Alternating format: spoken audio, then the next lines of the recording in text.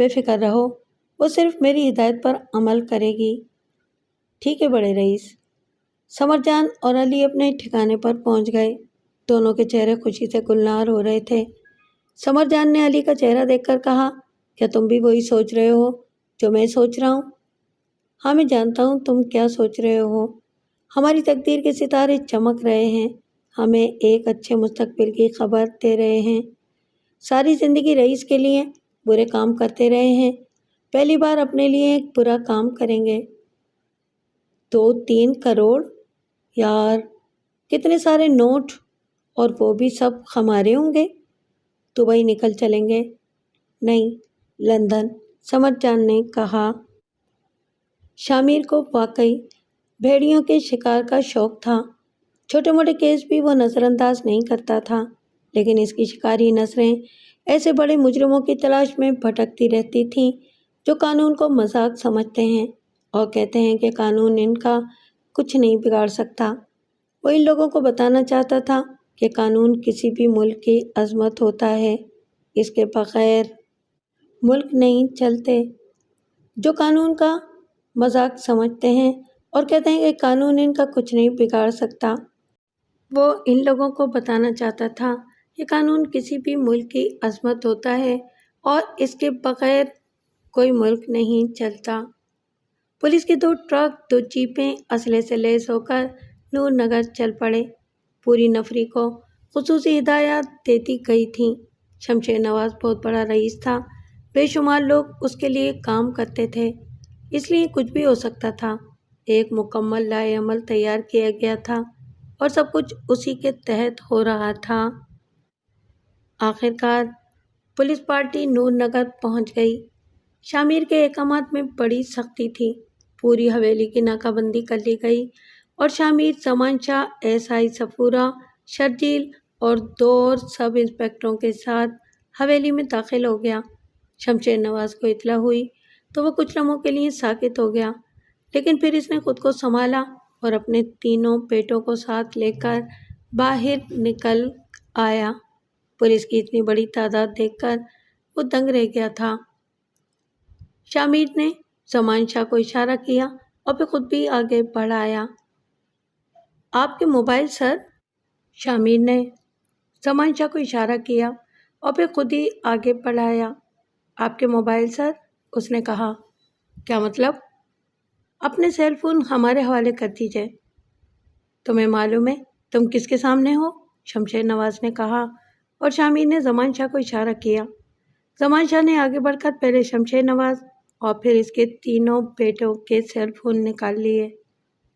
سر، police سے تعاون کیجئے، آپ دیکھ رہے ہیں کتنی بندوقوں کا رخ آپ کی طرف ہے۔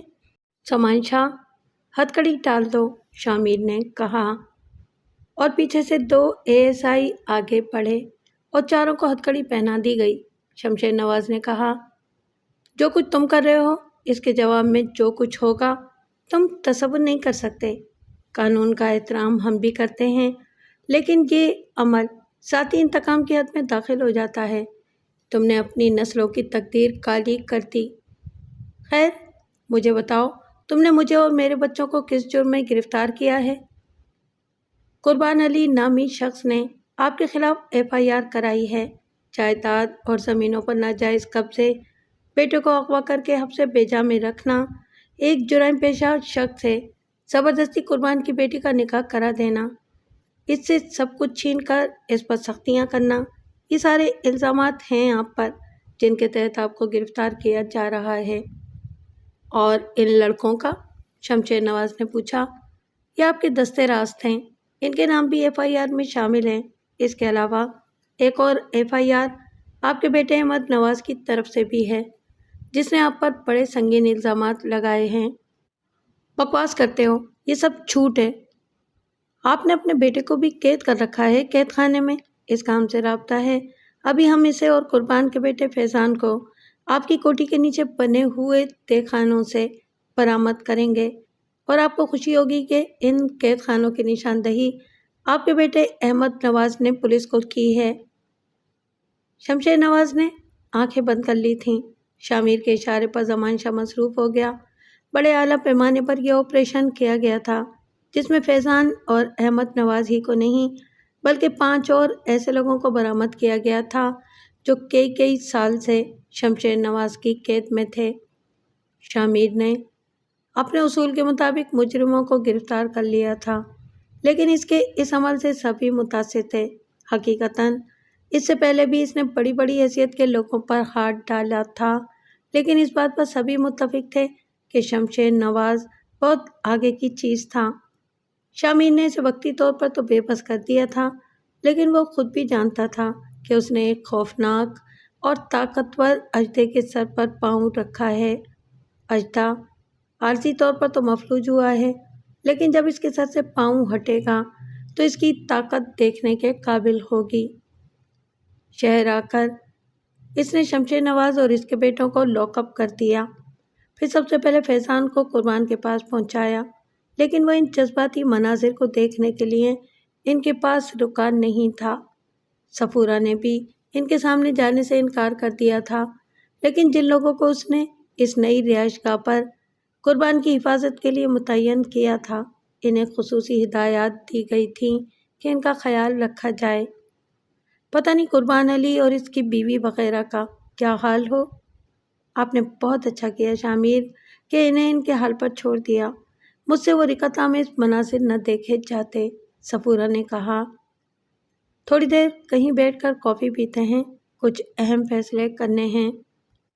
اپنے پسندیدہ کافی ہاؤس میں بیٹھ کر انہوں نے کافی طلب کر لی، پھر کافی کی سپ لیتے ہوئے شاہ میر نے کہا، یہ تو طے شدہ عمل ہے کہ شمشیر نواز ایک پورے شہر کی ملکیت رکھتا ہے، اس کے تعلقات عام نہیں ہوں گے۔ ہمیں اس بار بھی شدید دباؤ برداشت کرنا ہوگا، چنانچہ اس دباؤ کے لیے خود کو تیار کرنا ہوگا۔ یقیناً مجھے اندازہ ہے، صفورہ نے کہا، لیکن میں فکر مند نہیں ہوں۔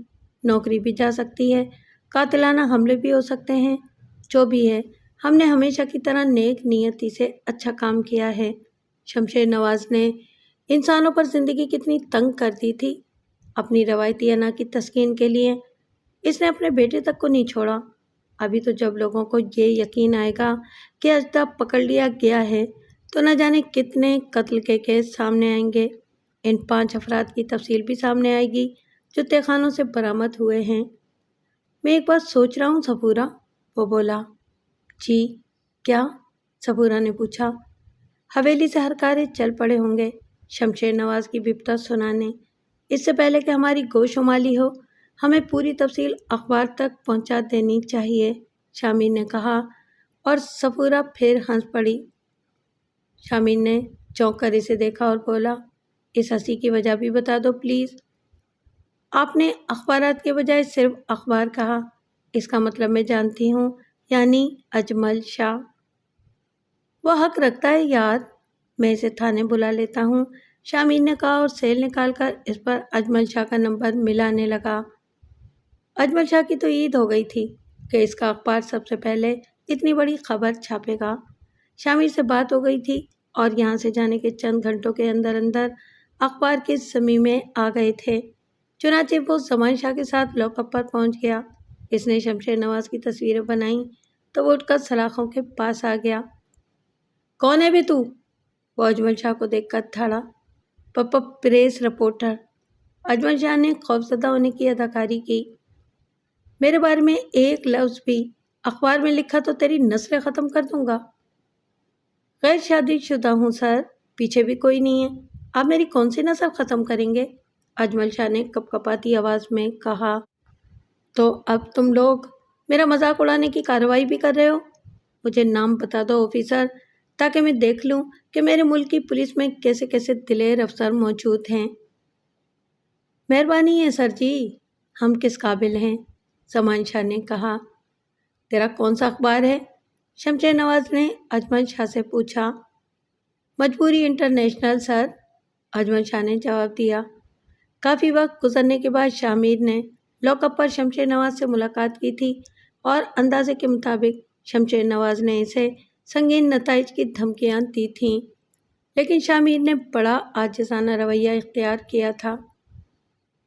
ہم تو قانون کے غلام ہیں سر، اپنی مرضی سے کچھ نہیں کرتے، جو کچھ کیا ہے قانون کے مطابق کیا ہے۔ فکر مت کرو، قانونی تمہاری قدر میں رسی ڈالے گا، شمشیر نواز نے کہا۔ اس کا کہنا بالکل ٹھیک تھا۔ حویلی سے ان لوگوں کو پولیس کی کارروائی کی خبریں ملی تھیں جو شمشیر نواز جیسے لوگوں کے سرپرست تھے، اور شامیر کے پاس فون کالوں کا تانتا لگ گیا تھا، لیکن اس نے اپنا سیل ہی بند کر دیا تھا۔ رہی صحیح کسر اجمل شاہ کے اخبار کے 2 ضمیموں نے پوری کر دی تھی، جو پہلے حویلی کے اندر کے حالات، وہاں سے ملنے والے قیدیوں کی تصاویر اور قید خانوں کے مکمل حالات کے ساتھ شائع ہوئے تھے۔ شمشیر نواز اور اس کے بیٹوں کی تفصیل تصویروں کے ساتھ شائع ہوئی تھی۔ اس میں دعویٰ کیا گیا تھا کہ لاک اپ میں شمشیر نواز نے پولیس اور اخبار کو جو دھمکیاں دی ہیں وہ ریکارڈ کر لی گئی ہیں۔ پھر منصوبے کے مطابق شامیر نے سیل کھول دیا اور اس سے استفسار حال کیا، جس کا جواب شامیر نے بڑے تحمل سے دیا۔ وہ جانتا تھا کہ اب کیا ہونے والا ہے۔ اسے ہدایت جاری ہو گئی اور وہ انتظار کرنے لگا۔ جن لوگوں نے اسے یعنی کہ شمشیر نواز کو لاک اپ سے نکال کر ان کے حوالے کرنے کی ہدایت کی تھی، وہ اس حیثیت کے مالک تھے کہ انہیں انکار نہیں کیا جا سکتا تھا۔ چنانچہ ایک پورا گروپ تھانے پہنچ گیا، جن کا سربراہ بھی بہت بڑی شخصیت کا مالک تھا۔ پورا تھانہ الرٹ ہو گیا۔ شمشیر نواز اور اس کے بیٹوں کو لاک اپ سے نکالا گیا، ان سے معافیاں مانگی گئیں، شامیر سے FIR رجسٹر منگوا کر قبضے میں لے لیا گیا، اور وہ لوگ شمشیر نواز کو لے کر تھانے سے نکل گئے۔ تب زمان شاہ نے غراتی ہوئی آواز میں کہا، یہ سب قانونی تھا سر، وہ لوگ FIR اور رجسٹر بھی لے گئے۔ اس سے پہلے ایسا نہیں ہوا تھا زمان شاہ، لیکن آخر میں کیا ہوا یہ تمہیں معلوم ہے؟ ویسے تمہاری تسلی کے لیے بتا دوں کہ FIR رجسٹر اصلی نہیں تھا، وہ جو لے گئے ہیں وہ نقلی ہے، اصلی رجسٹر لاکر میں محفوظ ہے۔ شمشیر نواز کی خواہش کے مطابق اسے اور اس کے بیٹوں کو حیدر نواز کی کوٹھی لے جایا گیا تھا۔ اپنی شاندار کوٹھی کے ڈرائنگ روم میں بیٹھ کر شمشیر نواز نے ان 2 اعلیٰ عہدے داروں سے پوچھا، میرے لیے کوئی پیغام ہے؟ جی سر، عالی مرتبت رات کو آپ سے ملاقات کریں گے۔ میرے خلاف جو رپورٹیں ہیں وہ تم نے تھانے سے حاصل کر لی ہیں؟ جی سر، میں ان کا جائزہ لینا چاہتا ہوں۔ یہ حاضر ہیں سر، افسر نمبر 1 نے کہا، اور شمشیر نواز وہ کاغذات دیکھنے لگا۔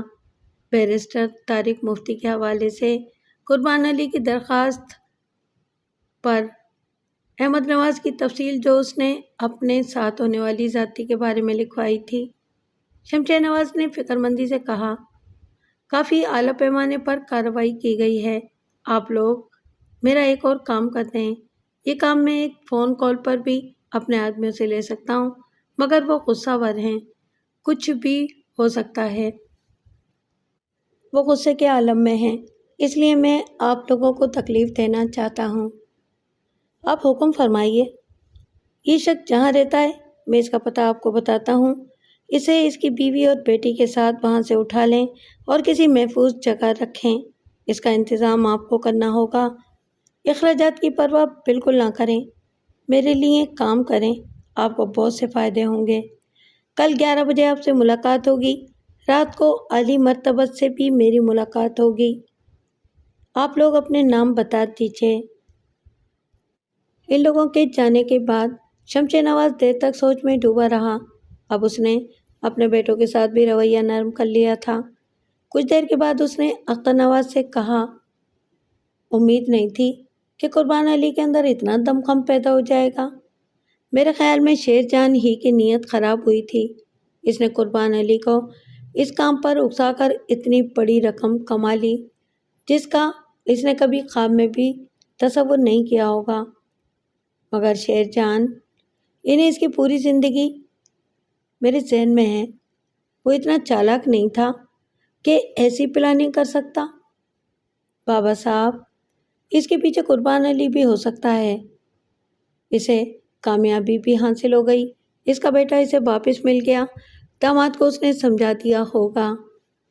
ہاں، امکان ہے اس بات کا، لیکن احمد نواز۔ اسی وقت فون پر کال آئی اور شمشیر نواز نے نمبر دیکھا، پھر سخت لہجے میں بولا، کون؟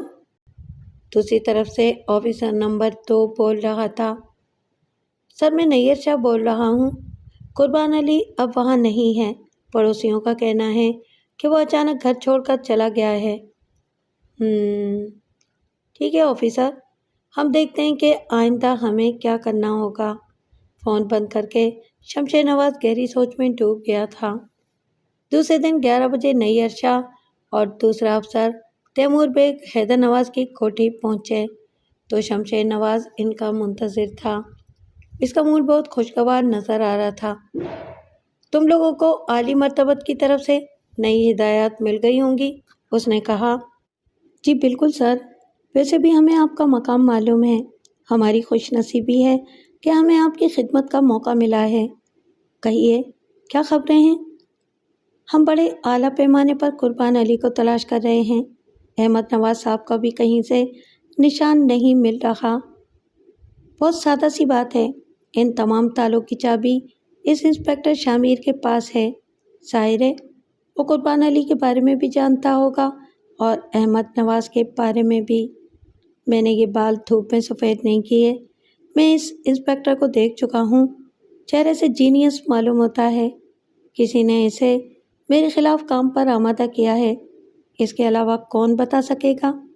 اس بات کو ذہن میں رکھو کہ انسپکٹر کی زبان کیسے کھلوائی جا سکتی ہے۔ میری بات سمجھ رہے ہو نا؟ جی سر، کسی بھی معاشرے میں بڑے اور چھوٹے کی تفریق ضروری ہے، ورنہ معاشرہ افراتفری کا شکار ہو جاتا ہے۔ ہم حالات اور ماحول کو اپنی مٹھی میں جکڑنے کی قوت رکھتے ہیں۔ اگر یہ چھوٹے چھوٹے لوگ ہماری بغل میں گھوسا مار کر نکل جائیں تو پھر بات ہی کیا ہے؟ خیر، تفصیل تمہارے سامنے ہے۔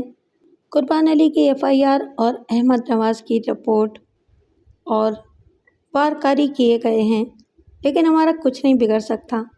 اس وکیل کو بھی نگاہ میں رکھنا ہوگا جو اپنے آپ کو 30 مار خان سمجھ رہا ہوگا۔ ویسے ہم کچھ اور بھی سوچ رہے ہیں۔ اوہو، یہ ضروری ہے، لیکن بہت ضروری ہے، شمشیر نواز نے کہا۔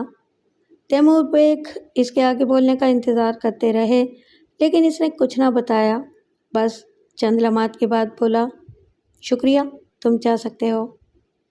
اس وقت شامیر واقعی حیران رہ گیا تھا جب شمشیر نواز اچانک اس کے آفس میں داخل ہوا۔ شامیر کے ذہن کو جھٹکا لگا تھا، تاہم اس نے سنبھل کر کرسی چھوڑ دی اور شمشیر نواز کو تعظیم دی۔ سر، آپ نے مجھے شرمندہ کیا ہے۔ آپ حکم دیتے میں حاضر ہو جاتا۔ کچھ نہیں کہیں گے آفیسر، صرف اتنا کہیں گے کہ وقت کم ہے اور مقابلہ سخت۔ کام کی بات کرو، جو چاہو گے ہو جائے گا۔ ساری فضول باتیں ختم کر دو، قربان علی اور احمد نواز کو ہمارے حوالے کر دو، اور اس کتے شیر جان کو بھی۔ سب کو دیکھ لیں گے ہم مگر نہیں چاہتے کہ خون خرابہ ہو۔ ہم برائی کے عادی نہیں، لیکن مجبوراً انسان سب کچھ کر لیتا ہے۔ تم نے ہمارے منع کرنے کے باوجود ہمارے ہاتھوں میں ہتھ کڑیاں ڈال دیں۔ بھولیں گے تو نہیں اس بات کو، لیکن معاف کر دیں گے۔ مجھے حکم دیں سر، میں کیا کروں؟ کچھ مت کرو، ہمارے بندے ہمیں واپس دے دو اور اس کیس کو بھول کر ہمارے پاس نور نگر آؤ۔ واپس آؤ گے تو تقدیر بدل جائے گی۔ سر وہ لوگ کہاں ہیں مجھے نہیں معلوم، لیکن تھوڑا سا وقت دیں، آپ کے حکم کی تعمیل کروں گا۔ زیادہ وقت ہم بھی نہیں دے سکتے تمہیں، جتنی جلدی ہو ہمارا کام کرو، اس میں زندگی ہے۔ شمشیر نواز واپسی کے لیے اٹھ گیا۔ اس کے جاتے ہی سفورہ، طارق مفتی اور زمان شاہ اندر داخل ہو گئے۔ ان کے چہرے پر شدید تجسس تھا۔ ہم نے اسے گاڑی سے اتر کر تھانے میں داخل ہوتے دیکھ لیا تھا، سفورہ نے بتایا۔ یہ اپنی انا کا خیال کیے بغیر یہاں کیسے آ گیا؟ گاڑی بھی خود چلا کر لایا تھا؟ یہ تو بڑی ناک والا ہے۔ ناک ہی تو کٹ گئی ہے، بیٹا نہ صرف آزاد ہو گیا بلکہ اس کے خلاف مدعی ہے، اس کا غلام شیر جان، اس کا دشمن، اور اب اس کے خلاف اس کے جرائم کا سب سے مؤثر گواہ ہے۔ قربان علی کو اس نے تہہ تیگ کر دیا تھا، اس کا بیٹا اسے واپس مل گیا ہے، کچھ وقت کے بعد اس کے اثاثے بھی اسے واپس مل جائیں گے۔ اسے اس کی جاگیر سے ہتھ کڑی لگا کر لایا گیا ہے اور طویل وقت لاک اپ میں رکھا گیا اور اب اس پر سب سے کاری وار کیا جائے گا۔ لیکن سر، جو مداخلت ہو رہی ہے وہ تو ہماری پہنچ سے باہر ہے، سمان شاہ نے کہا۔ پہنچ؟ شامیر آہستہ سے بولا۔ ہاں، یہ مشکل بہت بڑی ہے، لیکن اس نے کئی قتل بھی کیے ہیں، سزا تو ضروری ہے۔ سمان شاہ، سڑکیں وسیع ہیں، حادثات ہوتے رہتے ہیں اور بڑے افسوسناک ہوتے ہیں۔ مثلاً اخبارات میں ایک دلدوز خبر چھپے، جناب رئیس ابن رئیس شمشیر نواز والی نور نگر ذاتی دشمنی کی بنا پر ان کے دشمنوں نے انہیں ان کی جاگیر پر ہلاک کر دیا۔ ہر حادثے کا کوئی نہ کوئی پس منظر تو ہوتا ہے۔ جاگیر میں 3 روزہ سوگ منایا جائے گا۔ سرکاری اجتماعات میں 2 منٹ کی خاموشی اختیار کی جائے گی۔ بڑے آدمی کی موت پر یہ ضرور ہوگا، لیکن موت برحق ہے اور گناہ کی سزا ضروری۔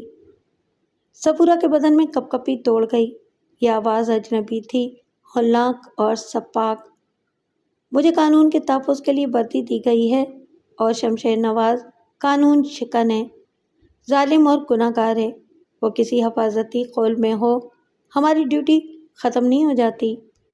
شامیر نے میز کے نیچے ہاتھ ڈال کر کچھ کیا اور شمشیر کی آواز سنائی دی۔ کچھ نہیں کہیں گے آفیسر، کام کی بات کرو، جو چاہو گے ہو جائے گا۔ قربان علی اور احمد نواز کو ہمارے حوالے کر دو اور اس کتے شیر جان کو بھی، سب کو دیکھ لیں گے ہم، مگر نہیں چاہتے کہ خون خرابہ ہو۔ اس کیس کو بھول کر ہمارے پاس نور نگر آؤ، واپس آؤ گے تو تقدیر بدل جائے گی۔ سب کی آنکھیں حیرت سے کھلی ہوئی تھیں۔ شامیر نے دوبارہ انہیں یہ آواز سنائی، پھر وہ سسٹم بند کر دیا اور مسکرا کر بولا، کیمروں میں یہ آواز بولنے والے کے ساتھ محفوظ ہو گئی ہے، عدالت میں ان ثبوتوں کو مسترد نہیں کیا جا سکتا۔ طارق مفتی نے صفورہ اور زمان شاہ کو دیکھتے ہوئے کہا، آپ لوگ کتنے خوش نصیب ہیں کہ اتنی شاندار اور ذہین شخصیت سے منسلک ہیں۔ ایک سوال کروں شامیر؟ جی مفتی صاحب۔ کیا آپ کے علم میں ہے یا تھا کہ شمشیر نواز آپ کے پاس آئے گا؟ نہیں۔ پھر یہ انتظامات؟ اپنے تھانے کو میں تمام ضروریات سے لیس رکھتا ہوں۔ یہاں ہر طرح کے لوگ آتے ہیں، سائل بھی، جرائم پیشہ بھی۔ انہیں پوری طرح قابو میں کرنے کے لیے کچھ انتظامات ضروری ہوتے ہیں، شامیر نے جواب دیا۔ محکمہ پولیس کے افسر اعلیٰ نے شامیر کو بڑی خوش دلی سے خوش آمدید کہا۔ آئیے شاہ صاحب، آپ ہمارے ملک کے اور ہمارے محکمے کے ان افسران میں ہیں جن پر محکمہ فخر کرتا ہے۔ شکر گزار ہوں سر، ایک عرضداشت کے ساتھ حاضر ہوا ہوں، آپ کی توجہ و مدد درکار ہے۔ ہاں ہاں، کہیے کیا بات ہے؟ سر، یہ تحریری رپورٹ ہے، اس میں جن ثبوتوں کا ذکر کیا گیا ہے وہ بھی ساتھ لایا ہوں۔ شامیر نے ساتھ لائی ہوئی فائل کھول کر ان کے سامنے رکھ دی اور افسر اعلیٰ اس پر جھک گئے۔ ان کے چہرے پر تغیرات رونما ہوتے جا رہے تھے۔ پوری رپورٹ پڑھنے کے بعد انہوں نے گہری سانس لی، کچھ دیر خاموش رہے، پھر بولے، یہ وہ لوگ ہیں جنہوں نے صدیوں سے انسانی زندگی کو ناسور بنا رکھا ہے۔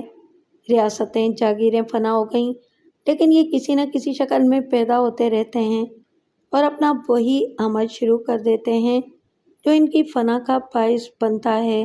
جی سر، دکھ کی بات یہ ہے کہ ان کی پشت پناہی بھی اعلیٰ پیمانے پر ہوتی ہے اور ہمیں بے دست و پا کر دیا جاتا ہے۔